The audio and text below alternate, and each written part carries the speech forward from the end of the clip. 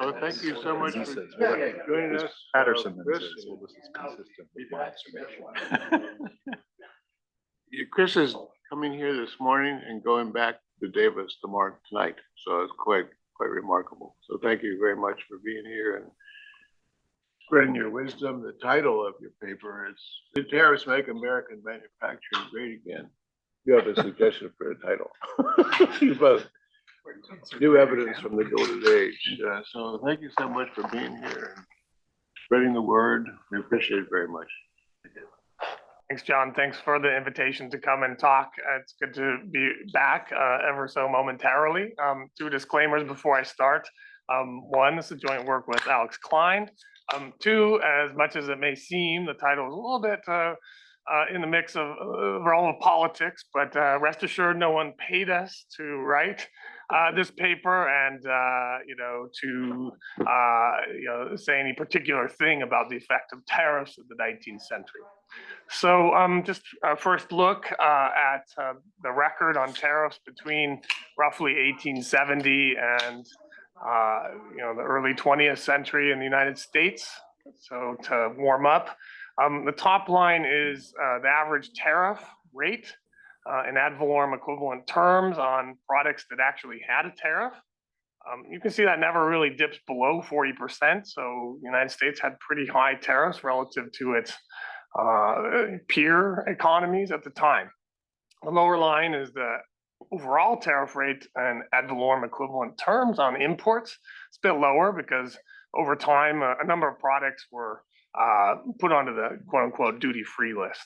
The middle line is representing our average tariff rate in the data we have, which is basically at the manufacturing sector. And that goes from a high of about 40% early on, and it declines towards 30%. But overall, it's a high tariff economy. And of course, this economy is growing quickly and productivity is growing as well. The United States is a really good economic performer at the time. And so you might ask, and it has been asked indeed before, but we're going to try to add something to our knowledge base here. What's the connection between American economic growth and productivity growth and these high tariffs in this period? Now, we're going to try to examine this question from a causal interpretation perspective, and my view of the literature, and it's broad, but my view is that very few opportunities present themselves to attempt this kind of causal interpretation. Rico Juhasz has a famous paper now about the blockades and the Napoleonic Wars, which tries to show that that promoted the reorganization of French industry in the early 19th century. It's kind of a natural experiment. Other work that we're aware of kind of looks at liberalizations or something like that, and earlier economic history work in the areas kind of cross country and low N and low T at that. So not a lot of information from the historical perspective in our view. So we are going to treat you to an exploration of this question with an instrumental variables approach, and notwithstanding the comments from my co-author who said that's a dangerous thing to do these days, we're going to go ahead and do that. And I'll tell you how we're going to do that. Dangerous to do it, dangerous not to do it. Well, I was also wondering, I mean, in general, tariffs also have a lot of other DE effects, right? In some sense, even if they had a positive effect on productivity growth, there are going to be distortions of consumer prices, losses of consumer surplus. Are you going to try to put any productivity effect in the context of the broader kind of welfare evaluation of the tariffs, or you're really just interested in the impact on productivity growth? Sure. This is again, thanks, Steve. This is going to be a pretty limited study. We're going to be looking at productivity growth. We'll be looking at the extent of margin, gross output, average firm size, growth in the workers in these industries. So pretty limited. This is not a general equilibrium approach. It's not a structural approach at this point. Whether the data would allow that, it's a good question, something to think about.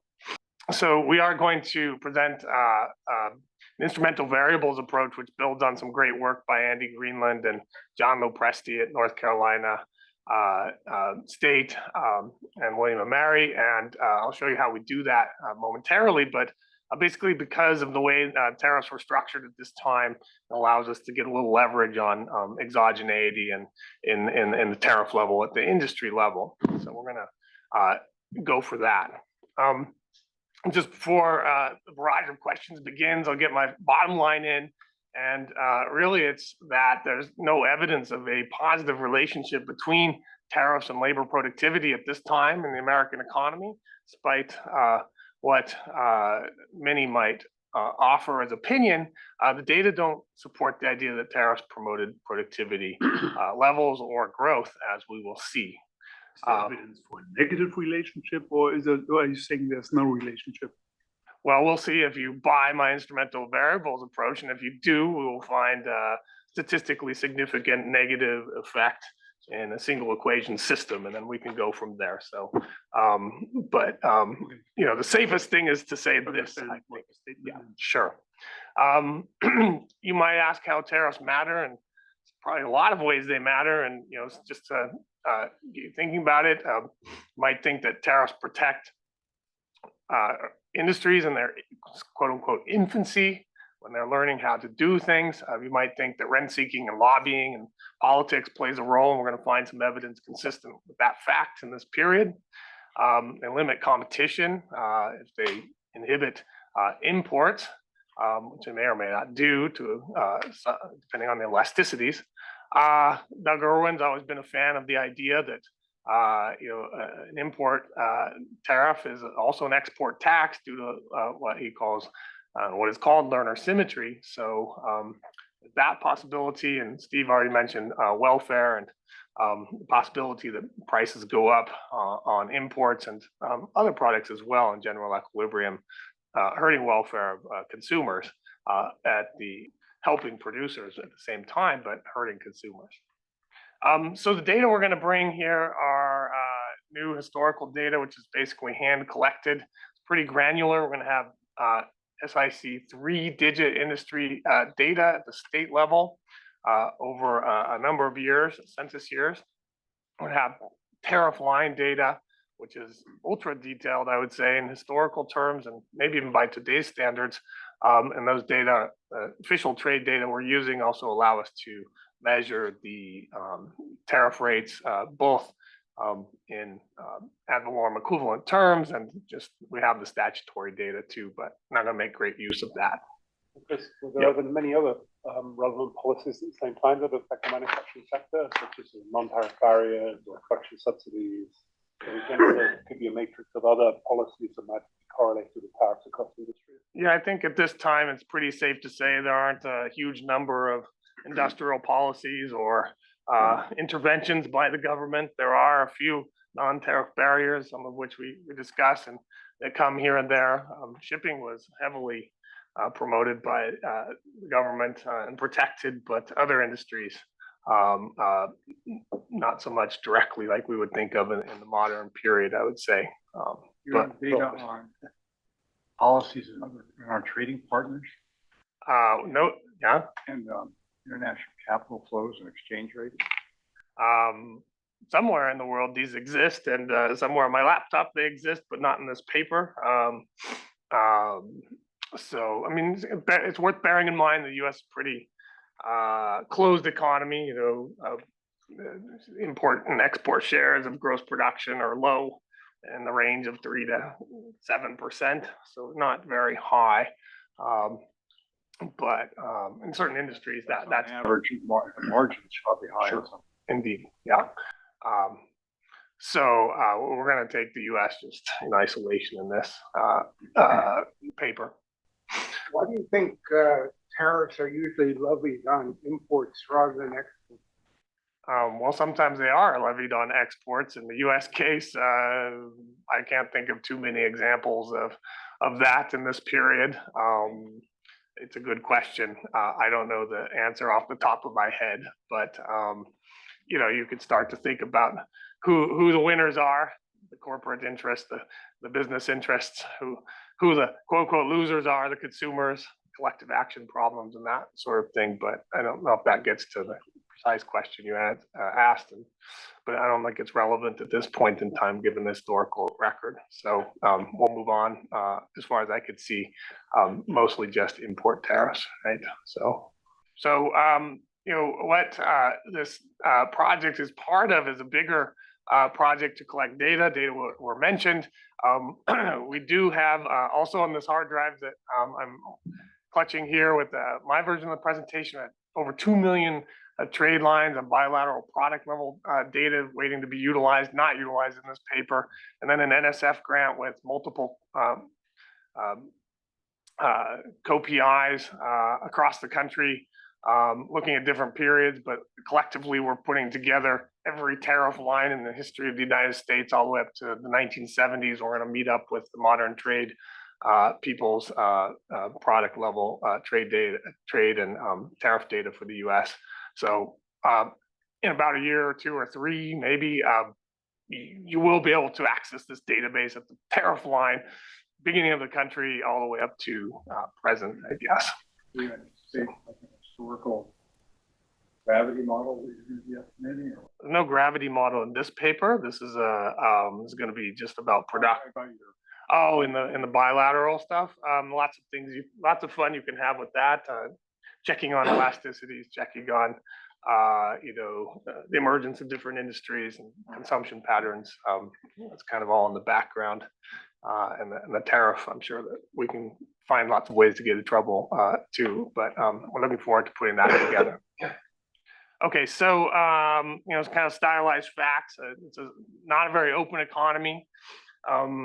Beginning of the period, the United States is pretty much an agricultural commodity exporter. Main exports being cotton and wheat, several other commodities, and certainly wasn't a net exporter of manufactured products. But by the end of the period, that is no longer the case. The U.S. is now a net exporter of manufactured products.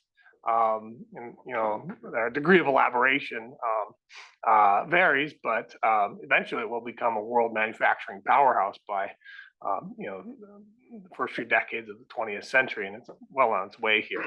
Diversifying its product space, its partner with whom it trades, or with which it trades. And despite this all, it's behind a very restrictive trade policies. You've seen the tariffs. Tariffs are comparatively high.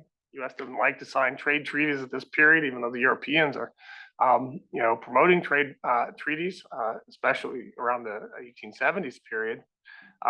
Many sectors are protected, and there's a partisan political thing going on in the background here. You probably recall, generally speaking, the Democrats were, in favor of free trade or lower tariffs, and Republicans were generally aimed at protectionism. Although even Grover Cleveland vetoed a lower tariff bill in the early 1890s, himself a Democrat. So it's not as clear cut yet.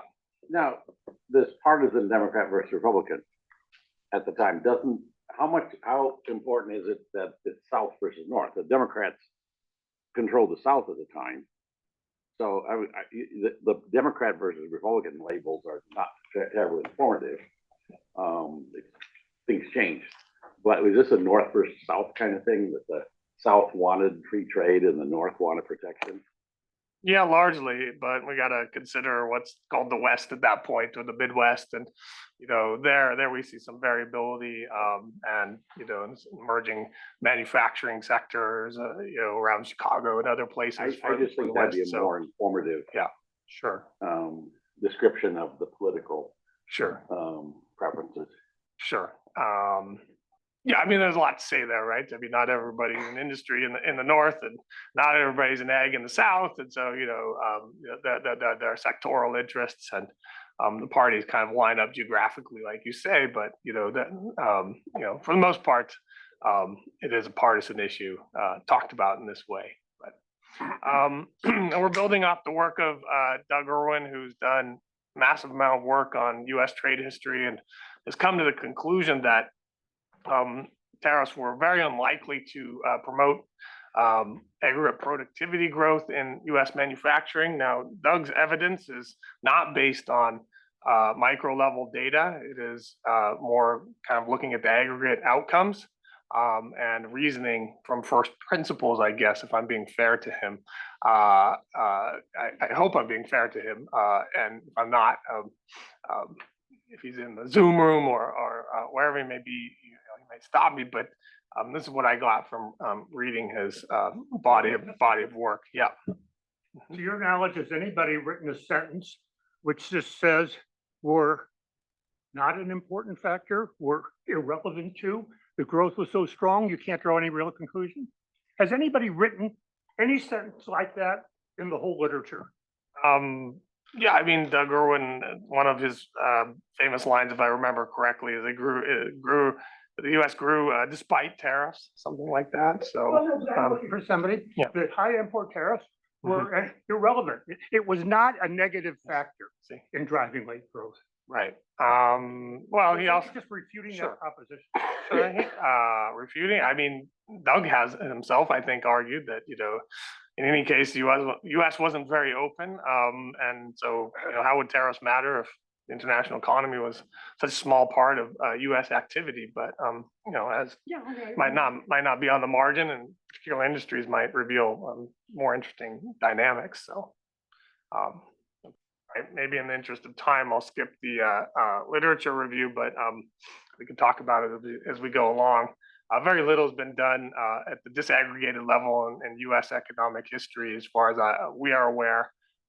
Maybe we'll go back one, and there's been some, general equilibrium modeling by Yoon in particular, which calibrated a general equilibrium model using aggregate data and came to the conclusion, largely consistent with ours, or vice versa, that tariffs didn't really matter for productivity. They might have brought some resources into the industrial sector.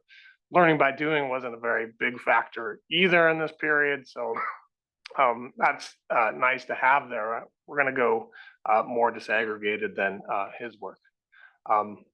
We're going to build a lot off Greenland and Lopresti and what we do in our empirics, and I'll tell you about what they did and how we modify their approach in just a moment. Our baseline estimating equation is going to look like this. We're going to be interested in the level of gross output value added per worker in industry K, in state S, census period T. So it's a panel, an unbalanced panel. We also have information, obviously, on worker gross output, establishments, and average establishment size measured as output per establishment. We're going to relate something on the left-hand side in the first case, labor productivity, to a measure of tariffs. So we're going to take the log of 1 plus AVE. AVE is defined as the ad valorem equivalent of tariffs. And we'll call that the log of gross tariffs. We're going to lag that variable by 10 years, which is a census period. So our outcome will be, for instance, in 1880, and our main control variable will be lagged 10 years. And that's pretty consistent specification with the growth literature that we're familiar with. And then we're going to have a set of fixed effects in these models. One of those fixed effects, mu, is going to be industry state fixed effects, and then the second of which is going to be census period fixed effects in an error term. Why do you just disaggregate by state when the driving variation is national? Why not? Why not? There's a treatment out there, and some are going to be more exposed than others.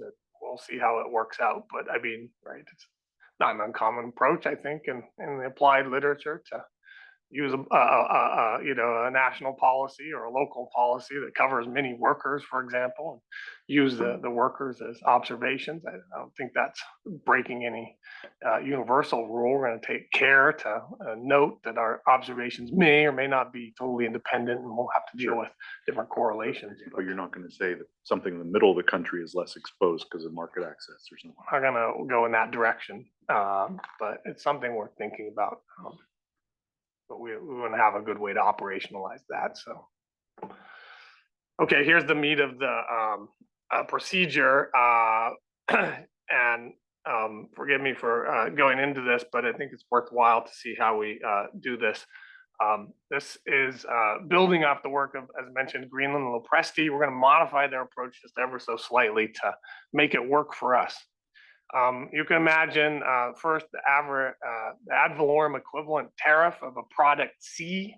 We're going to start with product data and build up to the industry here. So that's where we're going.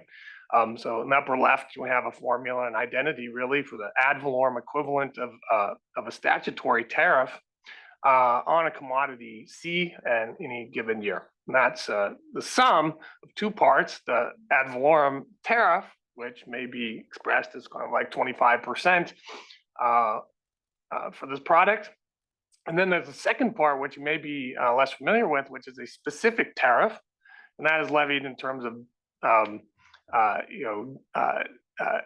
dollars or fractions thereof on a physical unit of a product C. So F will be something like 5 cents per gallon. The ad valorem equivalent of that specific tariff obviously depends on the unit value of that product or the price, P. So if the price goes up, then the ad valorem equivalent goes down and vice versa.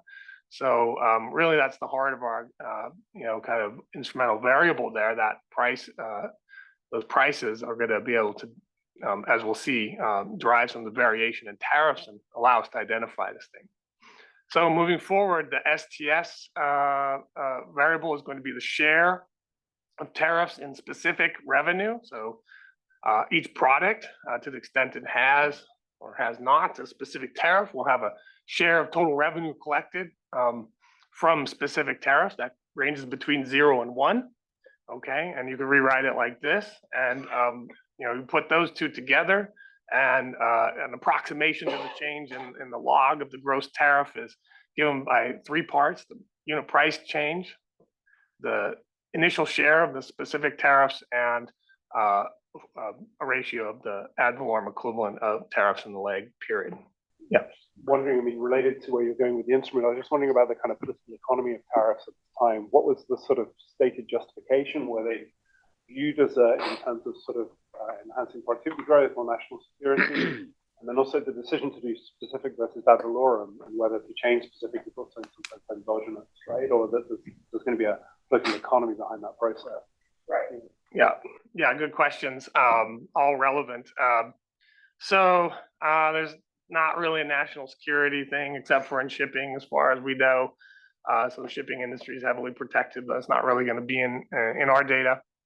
So restriction is the word of the period, according to Doug Irwin, who's written the 1,000-page work on this. And the idea is restrict international competition.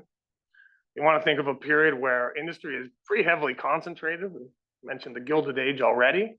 And this just increases and helps those business interests reduce competition. So restriction is probably the first thing to think about. How do you decide whether to have an ad valorem or a specific tariff, or some of each? Well, there's lots of reasons, and this is going to be crucial to our identification strategy. Older work by Tariff and others who looked at the history of the U.S. tariffs suggested that specific tariffs were a solution to the problem of undervaluation at the border. So if you brought in a boatload of silk cloth, you might, tell the border guard, well, you can pay them off and have them look the other way, or you could just say, well, this is only a $5 boatload instead of a 100,000 worth of product, and the tariff is going to be much lower. But if you can count the product, you can just levy the tariff on the physical volume, with the repercussion that the revenue collected will vary by the price of that product. So the actual protection an industry gets is it's going to be variable, and that is somewhat known, I think. But what that share, we will argue, isn't correlated with very much, and is established in the early part of the Civil War with the moral tariff, and it's pretty sticky over time, and we're going to argue it's predetermined and not something to worry about too much, but Are your time periods going to be decades of this that match the decennial sense of manufacturing? right, decades, yes. So you've got like two depressions in here, and you've got argument about bimetallism going on. Yep. How does all that play out? Okay, so we do have a period of price declines, which aren't as, Greenland Lopresti, for example, look at 1900 to 1940, where the price swings are pretty massive in aggregates and for many products. But our price declines and changes aren't going to be nearly as big. But that price movement, to the extent it's driven by monetary force, is going to be helpful. But we're going to be looking at, we're going to be looking at the product level. So we're going to look at idiosyncratic changes in prices, and something to worry about when we go back and estimate this thing. Is to think about reversion, and we have a specification which kind of deals with that. But is there another question? I was just going to mention, protecting high wages was an important part of McKinley's rhetoric for the tariff. There was an interesting book by Karl Rove about the McKinley campaign strategy. People might find that interesting because he was reaching out to this immigrant working class, Catholics who, felt the mainstream. How much clout that line actually had, I don't know whether it was there. Yeah. I mean, I guess along with the high prices came high wages, which leads Duggar to infer that an import tax is an export tax, and in general equilibrium, everything just gets bid up. So that's part of the story for sure. Thanks for that. Yeah.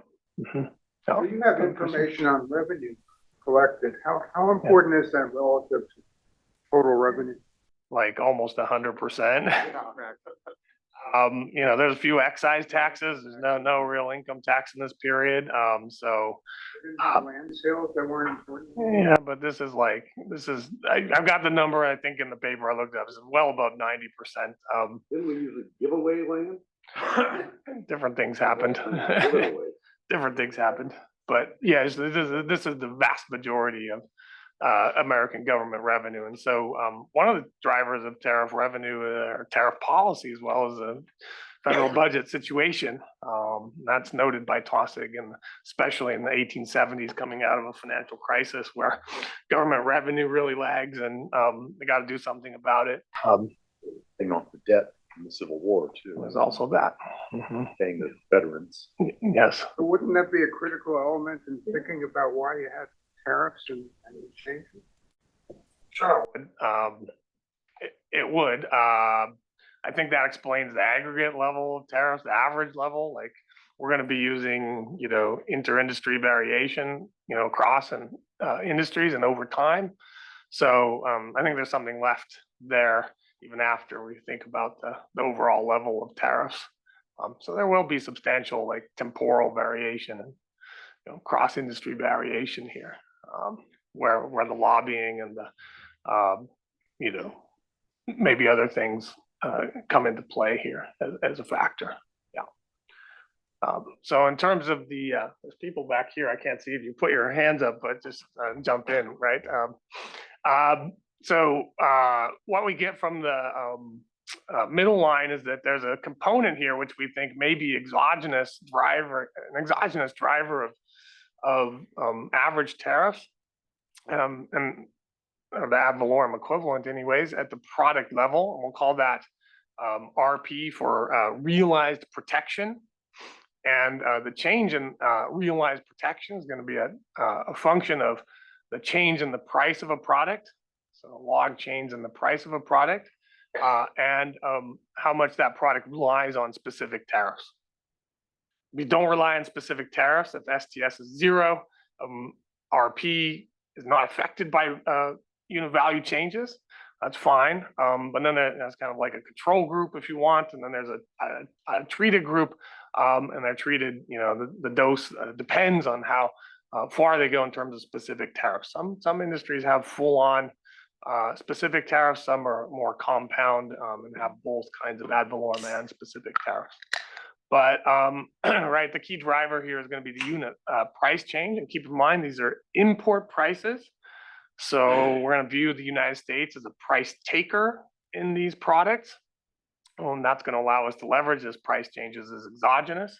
So that's one of the assumptions we'll make, that essentially this instrument that you're looking at, RP, can be driven by these exogenous changes in unit prices. And second, that the shares are probably also pretty exogenous and determined by these considerations about fraud at the border and factors that were relevant in 1861 when they reinstituted specific tariffs and the moral tariff to help fund the Civil War. It could be driven by common technology shocks or common price shocks, right? Like yeah, I've heard that one before. That's possible, but you know as well as I. It's something that kept me up at night for a while. But when you read the literature on different industries, and as well as I do, probably that industries use different techniques on this side of the Atlantic than they did in Europe. Technology wasn't always translatable, and there's many. You just pick up Clark's work or Tossig's work, and you just find that the technologies had to be adapted to American circumstances and relative prices. So I think it's a little bit less of a concern, but if you're really, really worried, then take STS as exogenous. And I think the econometricians tell us, we're good if we have one of these at least exogenous. If both are, it's great too, but just one would work. On goods that were not subject to ad valorem tariffs, what gave rise to reasonable quality data on import prices? You don't really need it to level a specific tariff or no tariff. So I'm just wondering why we should trust the quality of the import price data, aside from the ones that were subject to ad valorem tariffs. Sure, that's an interesting question. Those are on the bill of lading when they're it's the price at the port before they sent the stuff out to the U.S. Doesn't include any freight or insurance or anything, and that's the declared value. I guess I don't know really the answer to that one. We can look into it a little bit more. Once it's levied on a unit basis, I don't necessarily see, and the tariffs fixed, I don't see a reason for the importer to engage in fraud, but but possibly. Do these prices ultimately come from customs authorities? Is that where they come from? Well, they come from the somebody bought an exporter would declare the value, and the shipper would, as I understand it, hand the bill of lading to the customs person that would see the declared value and unit values of these products. Yeah. So RP is essentially going to be the building block for an instrumental variable, and we're not quite there. We got 2 stages instead of, we got 3 stages instead of 2. And so in our initial stage, we're going to take that middle, that first equation there in the middle of the slide. At the product level, we're going to try to predict the log change in the ad valorem equivalent of a tariff at the commodity level using that RP, that exogenous variation. And we're going to include time dummies, and that's about it. And then we're going to use the information from that regression, basically the predicted change in the tariff. We're going to aggregate up to the industry level. So take all the commodities in industry K to get a predicted change in the log of the gross tariff. So in the spirit of kind of GMM, we're going to be using kind of changes to predict levels. If you go back to our estimating equation here, we're going to predict that level of tariff with predicted changes. That's basically the instrumental variable strategy. And then we're going to get the data from official sources. The United States had pretty detailed and rich data. We're going to have access to that. We collected data because it's so voluminous at 10-year intervals to match up with the census periods, 1870, 80, 90, up to 1900 for the trade data. That trade data includes import dollar value, tariff revenue, the quantities, the statutory tariff rates, and item descriptions, which are quite complex sometimes and a bear to deal with. So we've been cleaning that for a while. It looks like this, just for fun this morning.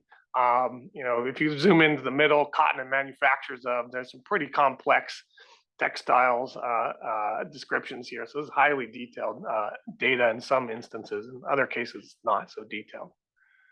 And you can see in the second column, the rate of duty on some of those cotton products, 2 cents per square yard. Those are specific, and then some have compound duty, 3 cents per square yard and 10%, and so on. It goes for well over 1,000 lines per census year. Okay, so what do the data look like? There is inter-industry variation in 1870. Maybe you can or cannot see it. Paper is the least protected according to this tariff measure. Tobacco is the highest. It's pretty surprising when I looked at this graph and I thought of what's going on in tobacco, which is over time essentially monopolized by Duke. And you're like, why would he need a tariff that's almost 100%? Because he's so productive, he produces a lot of cigarettes at low unit cost. Why would he need that? More is better, I guess. But There's my chair waiting for your answer. Well, I don't know. I looked up that. I tried to find a good answer. I didn't find much about this operation. I just, there's that, right? Thank you for that, right? I mean, tobacco and alcohol and some of these other more inelastic products would have gotten hit, but it's all too tempting to think something going on with political power here. Other industries are free rider problem in the lobby tariff. It's all going to one, yeah. So that's kind of just emphasizing here that there's inter-industry variation, and if you look real closely and squint or get the paper, you'll see that industries move up and down the ranks. These are 2-digit industries, but we're actually going to be looking at the 3 digits, so there's even more variation. Get the math right in my head. 100% tariff would mean doubling the price that an importer would have to pay twice as much as the export. No. We have some information on inputs. Ask me about it later if we have time. If you're interested, I won't dwell on that. The manufacturing data comes from the Census of Manufacturers. After cleaning the data, we're going to have about 80 3-digit industries in an unbalanced sample. Work with value added output, value added per worker, so labor productivity, have gross output, number of establishments in an industry, number of workers. To deflate the output data, the best we could do at this time is 2-digit deflators. We're gonna have to apply those to 3-digit industries, which is not ideal, but that's part of the problem in economic history, I guess, but I think it works okay. Do you know anything about plant and machinery or capital and so on? I'm thinking this is an era of kind of transition from water to steam power and potentially a lot of changes in physical capital stock as well. Yeah, the Census of Manufacturers does have, other information, right? It does have a measure of capital. It does have a measure of materials. Is useful for getting value added. We use my co-author, Alex, I'm going to take to be one of the leading experts on these Census of Manufacturing data, suggests we do not use the capital stuff. Other people have different views and have used it before. You get mixed reactions when you think about TFP and, I've heard from experts, we may not want to do that. And so we're not going to do that. We'll just look at labor productivity, but, people have done it and one could do it, but we don't want to go there. Maybe referee 2 will ask us for us, but there are all sorts of problems measuring the capital stock and even worse back then. That's right. Yeah, it's hard, right? So I'll put up the summary statistics. Some people look at the very first chart I put up and said, there's no time variation in your tariffs, so get out of my face. We disagree. We look at the standard deviation of the log change in the gross tariffs.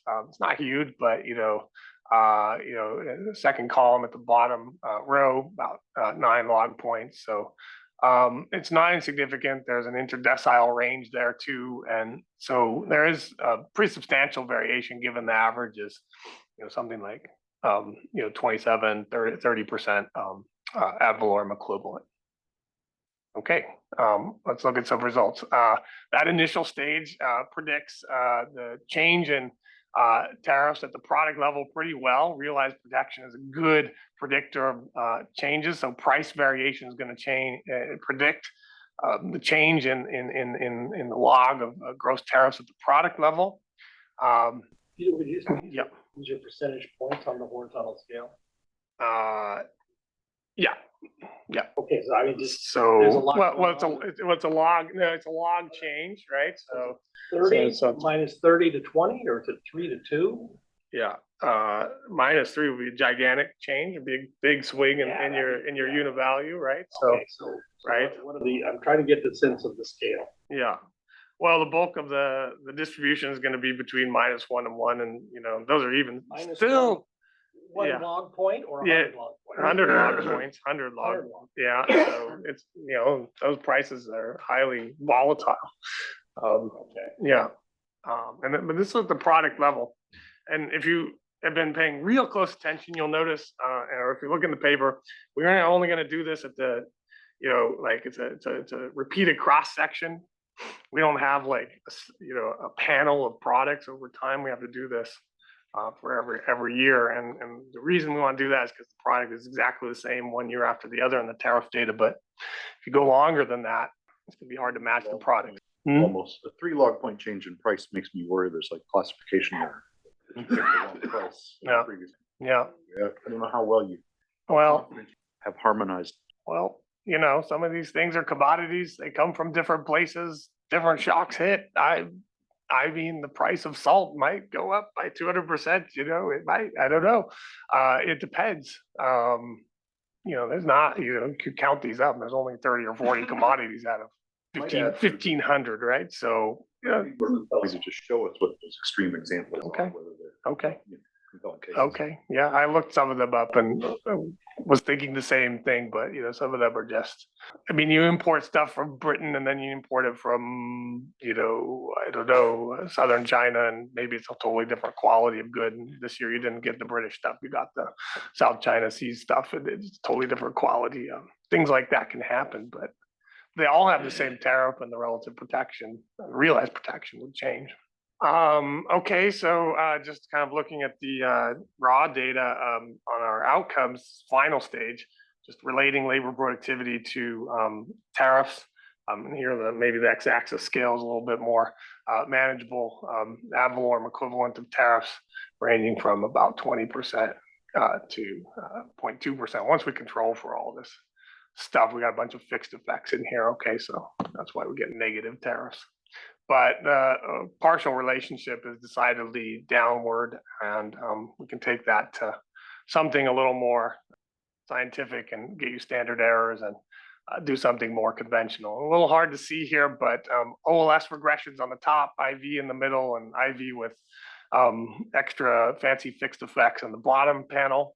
Those extra fancy fixed effects are state by year fixed effects, and in the middle we'll just have industry by state fixed effects and census period dummies. Okay, so OLS provides a negative coefficient in the first column, and that's minus 0.34. So there's a negative impact of higher tariffs on value added per worker, labor productivity. Once we run the IV regression, that effect is much, much bigger, which is troublesome and worrying. But if you size this, right, what you're getting is about a 1 standard deviation decline in tariffs would lead to about a little bit less than a 1 standard deviation rise in labor productivity. So it's sizable. It is definitely sizable. The interesting thing to note here, right? You might ask, why is OLS so biased downward? I think we've convinced ourselves that one plausible explanation here is lobbying. And the story goes like this. OLS provides a biased estimate of the impact of tariffs on productivity. If the true effect of tariffs on productivity were to be negative, right, and then the bias, so you think about what the bias is adding by not doing IV. Well, the bias is a 2-part term, a product. One of the function is a function of tariffs related to what we might call capability to get high tariffs. Big companies, highly productive companies, fast-growing companies, or industries might get higher tariffs, and then the correlation between capability and tariffs is there, and the second part is also positive, which biases the OLS up towards 0. So that's our story on that, and it seems pretty consistent with the historical literature that says tariffs were driven in large part by lobbying of powerful industries. So our results are not inconsistent with that. Going across the row in the middle to look at other OLS results, tariffs bring down average establishment size. They improve or raise real value added. They raise, but not statistically significantly, gross output, real gross output in the industry. They bring in workers and are associated with a larger number of establishments. So it's almost textbook kind of theory here. A higher tariff would bring in resources to the domestic producers, raising domestic output, and you gotta have workers to produce this stuff. So they bring in workers. And at first blush, it seems consistent with kind of a Mellett's view of the world, where if firms are heterogeneous in terms of their productivity and we protect the industry more, that on the margin we're going to be bringing in less productive or smaller firms, and that's consistent with our results in column 2 there, where tariffs bring down the average establishment size. Surprised at the difference between the OLS and the instrumental variable regressions is so large, and often even the opposite signs. And I mean, you gave an explanation, but it might be nice to really tease that out and see where the endogeneity, I mean, does it make sense? Can you see that in the data? Yeah. And in some other way, I mean, it's huge, right? And usually one likes the IV to kind of correct the OLS a little bit, but not. Yeah, it's pretty big. I don't know how much further we could go in terms of this identification strategy, or what we could find here, but it's worth thinking about more for sure. Establishment level manufacturing data from the censuses? No, that's not going to be available. Well, okay, if that's the case, what I'm thinking about is the different parts of the country had access to railroads at different times. And under some stories, you would expect to see the lower portion of the distribution of labor productivity disappear once you had a railroad that serviced that region. Yeah. And that's essentially a story about competition. It's not tariffs, but it's kind of the same. Yeah. It's kind of the same mechanism that could be in play. Yeah. Yeah. You could get big productivity effects from the extra competition. Through that mechanism. Agree. Thanks for bringing up Rick's data. We don't have it. The manuscripts do have establishment level data, but it's voluminous and very, very complicated to digitize it. And Rick and others are working on that, but we don't have it. But it would be fun with unlimited resources, and maybe the world of AI will bring us into that stage where we can come back 10 years from now and answer that question. But we could follow the distributional consequences of the tariffs as well, in terms of sort of industry wages or measures of sort of quasi rent. So that would also be the other classic prediction, right, of a specific factors like type story. Yeah, we do have a wage bill in this data. We haven't made great use of it. Small complication in the data. The workers are, later on, there's workers and like managers, so they have two-parter there, and then early on it's just like workers, I think. So we stick with workers all the way across, and the wage bill only gives us an aggregate for all kinds of workers. It's kind of hard, but maybe those data are out there in more disaggregated form in the manuscripts too, but so we don't have any information on that. Question, right? I mean, so imagine lowering tariffs, right? And imagine you have an industry that is kind of, monopolistically competitive, let's say, so they're less productive and more productive companies. Now you open that industry to trade, right? And that weeds out all the less productive firms, and all the workers lose their jobs and so forth. It's true that productivity for the remaining companies goes up, but for the workers that have been displaced, that would be bad news rather than good news. Yeah. This one suggests the opposite result, right? You open it up to trade, then out of a sudden all these workers become more productive. Isn't that wonderful? So I'm just trying to think of how to think about the results that we're seeing here. Okay, I think if you believe these, I think you're thinking that tariffs, increase concentration and reduce competition and reduce innovation, and make workers less productive, brings resources in, yes, but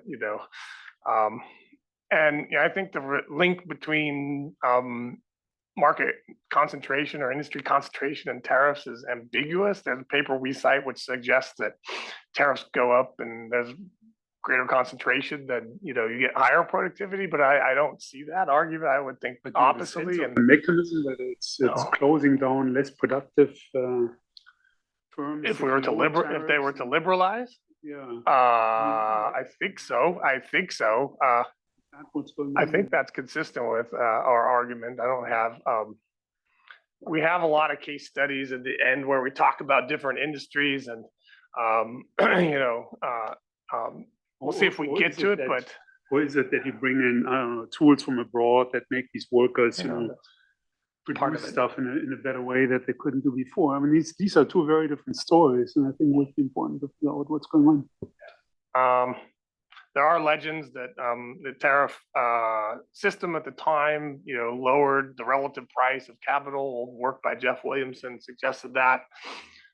Maybe not a lot of stuff we imported. There's some in the import data I've found, but it's not very specifically defined and matching it to industries. Difficult. So I don't know how far we can get on that. What I will say, the woolen industry, for example, gets a shock of liberalization in the 1890s.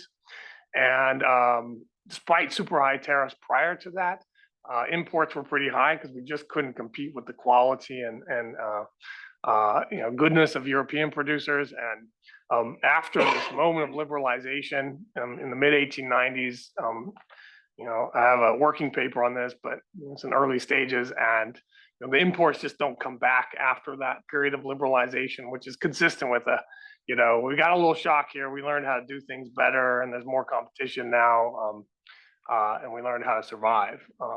But other stories could be told, I suppose. It's not locked. Would the growth of unions starting in about the 1880s have any effect? They would want greater tariffs.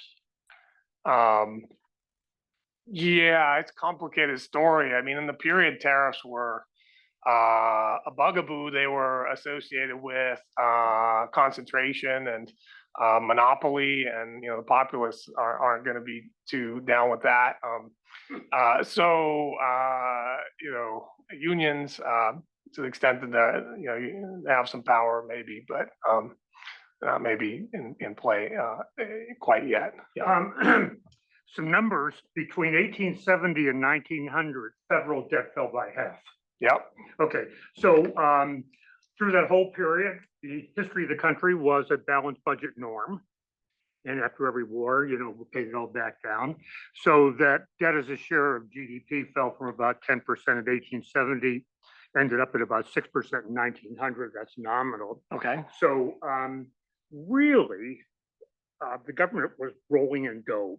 Okay. No, seriously. Yeah, sure. Yeah. And when you think about it, rolling in dough, you're not going to worry too much about getting every little item taxed. It's just not that important. The main point is that the numbers are overwhelming spending. So there's no pressure. Oh, and 90 to 95%, rarely less than 90, as high as 95% on custom duty being a share of federal revenue. So just overall growth was so strong. Yeah. Sucking in imports that even with lower rates and all that, it's just, you got this remarkable period of 30 years that the economy is just roaring, everything is roaring. And so forth. So I think under that situation, slippage, I'm not sure, what do I want to say? These numbers strike me as relatively small, but there may just be rounding errors in the bigger data picture. And you can't really make too much of them. You've really dug down here, but at the end of the day, you're talking about 1 or 2 or 3% of what's I once asked ChatGPT how many variables drive economic growth, and I said it was 25. I said let's 25 more, and I could have gone on. Yeah, 40, 50. And how many of those are in there in this period that you don't know are really overwhelming the system, so that you're missing variables may be way more important than getting at productivity value add and all. I know you have some fixed effect, but But it's a tough business to deal with economic growth. Yeah, it's tough, and going down the instrumental variables path is even tougher, but hopefully we get some exogeneity here, and we want to look on the margin, and we're not general equilibrium territory yet, and we'd like to be later, but we're not quite there yet. And so, it's a good question, right? But, the budget was on people's mind in the 1890s, a pretty severe financial crisis and turmoil, and Congress is called back, and revenue is going to be a concern in this early 1890s period because banks are failing and the currency is in question, and But it's just real tough. Years later. No, I understand Well, yeah, year to year you're going to have this, but looking at it decade by decade. Hindsight is amazing. Hindsight is amazing, but I don't think they had it at that point. So it's tough. Okay, so where there is a bright spot in terms of thinking about benefits of tariffs maybe is when we look into heterogeneity, and in particular if we look at some special industries that we might classify as second industrial revolution. So we think about advanced chemicals, consumer durables, bicycles, and others. These are emerging industries. I don't know if I would call them infant industries. They're emerging industries, and they're emerging everywhere. But so, it's not quite an infant industry story. But here, the evidence is that in our IV regressions, tariffs are more strongly associated with positive productivity. And here the effect is ginormous. The difference between OS and IV is even bigger. And 1 standard deviation rise in tariffs is going to give a 2.5 standard deviation rise in labor productivity, which is hard to stomach, but there it is. And the results on labor and establishments and average establishment size are all very mixed in the IV regressions. It's a much smaller sample. IV doesn't work as well. The F-stat is not as high. So I don't know what to make of these results, but we checked for it. Getting back to political mechanism, are there data that enable you to see how tight the correlation was with labor productivity growth and wage growth? At the industry level? For sure, that's what you're doing. Yeah. Well, I don't think we have the good wage data that you would want to do that study. We could double check that. I could double check that, but again, I think it's a little mixed up between what we're actually getting and the changes over time. So we want to be worried about that. Thinking of what's causing people to support high tariffs or higher tariffs. Well, I don't think people support. I don't think 96 could have been a lot about the views about tariffs and wages. Yeah. And obviously this big disjunction between how manufacturing is faring and how farmers are faring. Yeah. Typically, I would have thought of William Jennings Bryan and the contest between him and McKinley as a monetary thing, and about greenbacks and gold backing, but certainly industrial concentration and was on people's mind as well. So, but I don't know if people reaction to depression and farm prices. Yeah, sure. 1890s unrest. And so my view is people aren't necessarily supporting getting their say here, that it's all done in Congress and they're concentrated lobbying interests. So it's hard for people to quote unquote express their opinion as well as you might like at the ballot box. But that 1896 election is interesting. One, I think, interesting and possibly strange thing we found when we went a little bit further here, and maybe you can tell us your opinions. I'd love to hear it. We decided to break the regressions down by 2-digit industry and related 2-digit industries. Sometimes there's a couple in there. So we go textiles, wood, metals, instruments, consumer goods, and we have another 2 pages here. And the results on productivity are largely, well, a bit mixed actually, often finding negative coefficients on tariffs and productivity. However, one odd thing here, I would say, thing that we haven't quite put together is that here we have 5 2-digit industries or groups thereof, and almost every single extensive margin coefficient is positive and highly significant here. So tariffs in these 5 groups bring in workers, they raise output, and bring in establishments. But, we didn't, choose to do it this way. This is just what fell out of the data, right? We go to the next group of 3, and it's basically all negative on the extensive margin. So in these industries, tariffs reduced the number of workers, reduced the number of establishments, and reduced gross output by and large, not every time, but that's kind of the signal we're getting from this group of industries. So, and then there's a final group where there's no statistically significant relationship. And my first thought was, well, it's got to be related to industrial concentration. It's not totally obvious here. Petroleum is in the top group in this last table, highly concentrated, but chemicals maybe aren't. Glass, I don't know. Machinery and electric goods, I don't know. Food and tobacco, highly concentrated. Definitely. Paper and publishing, I've got a little interesting story to tell at the end if we get there about that batch of industries. Transportation, also got a little interesting anecdote towards the end here, but not necessarily highly concentrated. That's the coefficient very stable across those different groups of industries? Like some kind of non-monotonicity there, or something about the first stage? Yeah, interesting question. I should look into that more carefully. I don't know off the top of my head. I mean, the strength of the instrument is pretty good throughout, but the exact coefficient on the first stage, I'll look and see.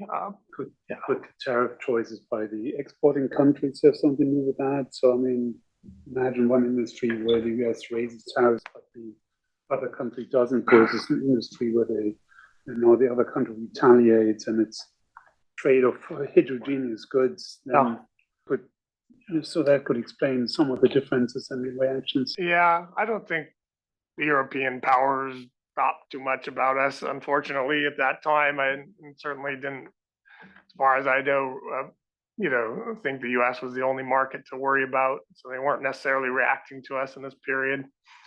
Maybe in selected industries at certain points in certain places, but on average, I think they're worried about what their trade treaty partners, mostly European nations, are doing. And Britain, after all, doesn't move its tariffs. It's got free trade, and a number of other places do too. So, the main trading partner out there, Britain, is oblivious to half of our all trade. this. Right? Yeah. Another big chunk with Canada.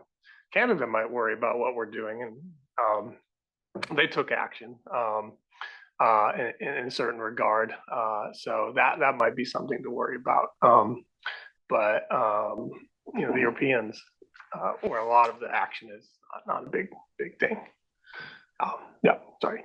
I don't know if it explains it, but one thing you could look at is labor versus capital intensity of various industries. I don't know whether that would, just eyeballing it, except for metals, this looks more labor intensive than the ones on the last slide.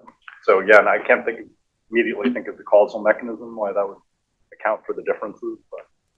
Yeah, if it's capital intensive at the time, you're talking large concentrated,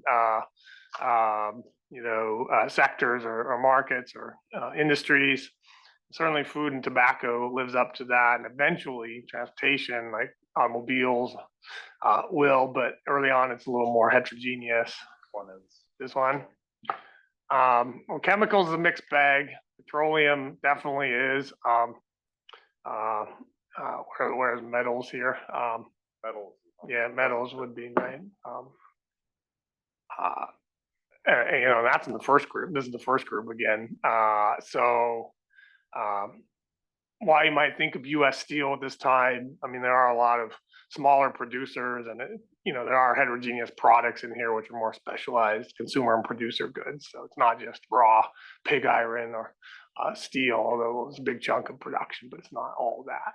So I've become very friendly with ChatGPT. Okay. And I have to say 4 is a dramatic upgrade over 3.5. And there's a number of economists, I'm not going to mention names. You could take this paper and feed it in. Okay. And then you would say, okay, do a search on every data and paper out there that you've got access to, and match it up against my results. But you may want to do a conversation, keep pushing it. I asked GPT about tariffs for this particular period, but I didn't really push it very far, to get the pro answers and the negative answers. And, comes out all in the wash, basically. And, the one thing it sort of says is in the startup culture, they're helpful. If you keep them past the startup culture, they're harmful. And so, you may have some good results and you might call those the startup culture. And you might later, if you were to keep running them, well, we'll get rid of the tariffs at some point with the income tax, it might not be so good. So the rate at which data is being added and the rate at which, and ChatGPT is not one of the most thorough and comprehensive, but I just recommend that to everybody around the table. I don't know if you all do that or you don't like to do it, but just have a conversation, feed your data into it, and you'd be amazed at how much it knows. And I did that, and I think it comes out with pretty much what you came out with. 4 of one, 4 of the other, and 4 we don't know. And but I think that would change time period to time period. So anyway, that's all I just wanted to add to the conversation. Sure, I did a lot of studies on liberalization. Just I'm not ChatGPT in any instantiation or anything, but the papers we're familiar with show a mixed bag. The one that's most consistent with us is Amity's work with co-authors that showed pretty negative relationship between tariffs and productivity from a liberalization in Indonesia, I think it was. So, that was pretty good data. It's a bit older study, but it really depends on where you're looking. Other work. I'm just saying you have to push the damn AI because it doesn't want to give you what you want on the first pass. After 3 or 4 passes, you'll get a better handle on what you want out of it. Anyway, that's been my experience. It takes a few passes through to get the balanced information on what you're comparing it with. Much will be done, I am sure, with these kinds of tools. It's great, and hopefully to help us digitize even more of these real heterogeneous data sets, individual data sets. It's really a new world. Other literature, great studies by Ian Key and co-authors show that tariffs in selected industries in Canada work to promote productivity. So we're at odds with them and their results. But they had more of an infant industry story, and maybe in Canada that's a little bit more plausible. Okay, where are we at here? I have a couple more tables and a couple of anecdotes should we have time. This table is about adding in input tariffs, right? So there's an old literature on effective protection, which requires assumptions. But it seems like modern literature just looks at input tariffs and kind of end user tariffs or downstream tariffs and runs this horse race. We don't have great input output data. It's kind of at the 2-digit level this period, so it's not something to really stand on too hard here. But if you throw input tariffs in, those are going to be negatively associated with productivity, as our final what we call just final goods tariffs. But in the IV regression is never statistically significant. So do we have enough power in our IV in first stage? Probably not, and there's a lot of measurement error still that IV might not be dealing with too well. So we went there, and it goes okay, but not as well as we hoped. You might worry a little bit about dynamics. How are the input tariffs levied at that time? Okay, so it's just were they specific, and they may have been more general. So I went fast. I didn't define what I meant by an input tariff. So, there's a range of products on which we have tariffs. We have to find out what the inputs are. To do that, we took an input-output table from Leontiev, I think, and that's like for the 1920s. And we said, well, industry 6 uses industry 1, or something. We use a lot of cotton. What's its share? And then, we just said, this is the tariff on cotton industry. It's 40% weighted by those cost shares. That's as good as we were able to do here. Weighted average of the input shares, cost shares really on gross output. It's not ideal. It's not as good as the data are today, and even those have issues, but you know, we did what we could there to look into it, but there may be more to do. Certainly over time, just anecdotally, right, the government actually does kind of get in their head that, yeah, probably it's good to reduce tariffs on key input products, and in the 1890s goes in that direction a little bit. The first chart I showed you a divergence between the dutiable goods and the all goods, and that in large part was due to later in the period due to this recognition that inputs might want to have them come in a little bit cheaper than the finer goods. California still taxes business-to-business capital investment goods taxes. Well, we have our issues here. Costs for Sacramento. Yeah, the message doesn't always get through to the politicians necessarily, right? Okay, so one, I guess, final table here about dynamics, maybe two tables. We looked into long changes instead of levels of productivity. And so we just take the long difference of our estimated equation and, you know, think tariffs affecting, you have average growth, and the answer is pretty much the same. It's a negative relationship, a bit more in the spirit of kind of like convergence and dynamics here. We're going to look at growth of productivity, average growth rate over 10-year periods here now, so the coefficients are a bit smaller, and connection between that growth rate and tariffs at the industry level. And we're going to include the leg level of the dependent variable in the first column. That's got to be labor productivity. So why not show impulse response where it's not T minus 10, but T minus 1, T minus 2, T minus 3, and so forth? I mean, would you be happy to do this and just show us how productivity evolves after that? Yeah. Well, we don't have. Okay, so we're working on getting the annual tariffs. We'll never have annual. Oh, I see. So data limitation. Okay, right now we don't have annual manufacturing productivity or output. Can get it for selected industries, and something I want to do. And the tariffs, like the annual data, are coming. You know, we're working on them as fast as can be, and they will be available. So we will be able to do that. But right now we're kind of constrained. Even without the annual tariffs, related to Harold's question, you could do some kind of placebo type specifications, right? If you run a sequence of cross-sectional regressions, you can regress, you know, current productivity growth on future tariffs, right? And check about that as a kind of validation check that, you know, current and past tariffs drive productivity, but future tariffs. Depends a little bit on the zero correlation of the changes. It seems like there's some scope for some placebo specifications. Yeah, event studies, you know, that kind of lead and lag stuff. I'm fully on board.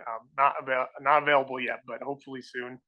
There are some great, you know, policy experiments here too in the period, which we hope to exploit. You know, there's across the board cut in tariffs in the 1870s of 10%. There's the shock of the 1890s when the Democrats retake Congress and control the administration, and they lower tariffs for about 3 years, and then they go right back up when the Republicans come back. So there's that experiment. There's probably others, product level. So we're looking forward to all that and hashing this out more. But the only dangerous thing about this, despite that, you know, in addition to the IV, is the fact that we have these fixed effects in here. Once we throw the lag dependent variable in, we're in trouble with potential nickel bias, and that worried us. This was. Could you go over the IV one last time? Sure. I get nervous when I see that IV blowing something up like that. Yeah. And it makes me think that the thing that's being the real protection here is unrelated to the tariff, is what you're saying? Okay, now I realize I probably didn't go as far as I should as a you know, good applied econometrician in terms of motivating this instrument, right? 5 minutes. Yeah, 5 minutes. 5 minutes? Okay, that's not going to work then. But I mean, I think it is definitely relevant, right? It definitely predicts changes in tariffs. So I think your question is more about the exogeneity, right? I understood. Unit values, the U.S. is a price taker. Okay.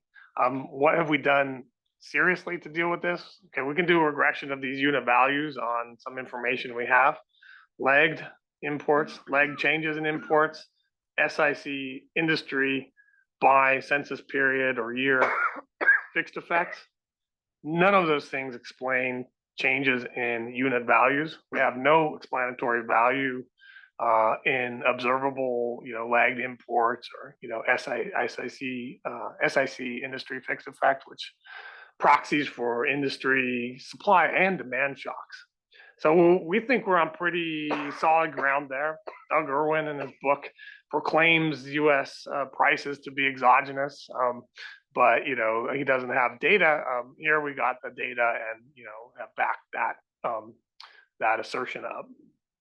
Those shares of specific tariffs, it is argued that those are predetermined by Greenland and Lopresti. We haven't looked into it too much, but again, we also have regressions where we try to explain those shares as a function of observables, and there's not much going on there, right? Here we try to explain the share of revenue at a product level or the industry level, I guess, in this case, as a function of observables, and you can't really explain that either. We think those things are exogenous, but it's not obviously the last word. There are other things to do and other things to check, and hopefully we've done enough here to convince you. But I realize people are always skeptical of these things, especially in our case where the television's blowing up so much. Am I remaining like 1.5 minutes or so? What time do we end? 1:20. Okay. Yeah. There were a couple anecdotes. I find them relatively amusing. Paper and publishing.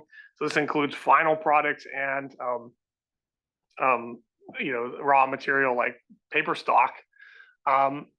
Tariffs were pretty low in these industries, but we did put tariffs on Canadian imports of raw materials like paper, which were low cost.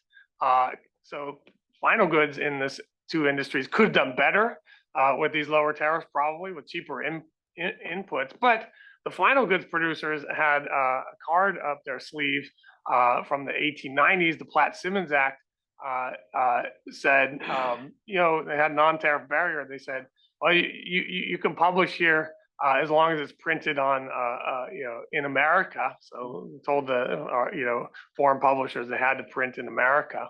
And with American publishing houses. So even if the tariffs were low, there was a non-tariff barrier here in play. Productivity, may have grown, but, probably could have been better with these cheaper inputs and without the protection. This one was really startling to me. According to James Foreman Peck, a leading business historian, he has paper on the automobile industry, and this is in the category of transportation. Pretty high tariffs over time. Automobiles aren't really, Ford hasn't really come up with his big stuff yet, so it's a bit early. But the Europeans are making serious advances. And according to Foreman Peck, and according to the primary, other business historians which he cites, U.S. engineers and designers were in the Stone Age compared to European engineers and trying to solve problems they'd already solved in Europe. And I find that just kind of consistent with the idea that, innovation is stifled by having high tariffs. Later on, Ford will make advances and the U.S. auto industry will come to dominate. Maybe that's coincidence. Maybe you could argue it's due to tariffs, but I find this earlier story a little bit more consistent. So, I guess. Conclude. As been said here several times, tariffs don't seem to be associated with productivity growth in United States industry on average. We got some new data to show that. We got a new kind of instrumental variables approach that's on the table here, using these exogenous kind of shocks to unit values. What's the interpretation? Well, we think tariffs probably limited competition, and without that competition, you're not getting the innovation you need. More competition would drive leaner industry and higher productivity through innovation. And, oppositely, probably a lot of the story here on American tariffs for why they were so high was due to endogenous tariffs and lobbying, and there's no shortage of anecdotes about that. So could U.S. manufacturers have grown because of tariffs? We think not. I think the evidence is in the fact that U.S. manufacturing exports, which require you to be productive to meet your international competition, weren't so hot early on, and to the extent that they became more important and grew over time, was probably due to agglomeration economies, the patent system, and intellectual property rights, the natural resources that people in this room have written about as a big boost to American productivity, and the influx of immigration, which all helped the cause, but tariffs sure didn't help. Story.